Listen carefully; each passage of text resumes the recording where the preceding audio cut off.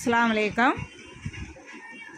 இங்கே பாருங்கள், எல்லா புகழும் இறைவனுக்கு. இன்றைக்கி மாடியிலேருந்து நான் பறிச்சிட்டு வந்த பூ வகைகள் பாருங்கள். இந்த பப்பாளி நம்ம மரத்தில் காய்ச்சது இப்போ தாங்க பழுத்துச்சு. ஒரு 6 மாதத்துக்கு அப்புறம் பழுத்துருக்கு. இது கட் பண்ணால் ஒரு விருந்தே வைக்கலாம். பாருங்கள், இங்கே பாருங்கள், சூழ்ந்துருச்சு. இந்த பாருங்கள், இது நம்ம வீட்டில் பறித்த பப்பாளி.